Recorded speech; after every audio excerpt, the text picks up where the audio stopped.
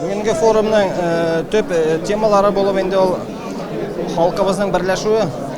Татар халқының бүгінгі күндә Россия күләмендә дә икенче урынны бирмичә шул урында калуы һәм ныгуы.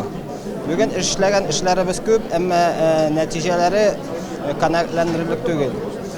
Нәтиҗәләре канәгатьләндерерлек булсын өчен менә шушындай масштаблы, киңәйтелгән утырышларны бөтен регионнарда ясарга кирәк дип уйлыйм мин.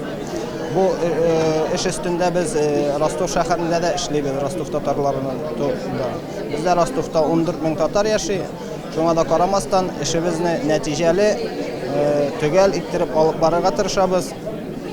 Якшәмбе мәктәбебез эшләп килә, балаларыбыз укый, сабан туйлары оештырабыз, татар көннәре оештырабыз. Үзебезнең дәүләт агайлары белән яхшы мөнәсәбәттә. Былтыр Сабантой бәйрәмебез Ростов шәһәрендә социаль проектларда 2нче урын алды. Киләсе елга май азагында Ростов шәһәрендә көньяк татарларының зур Сабантойы була, берләшкән.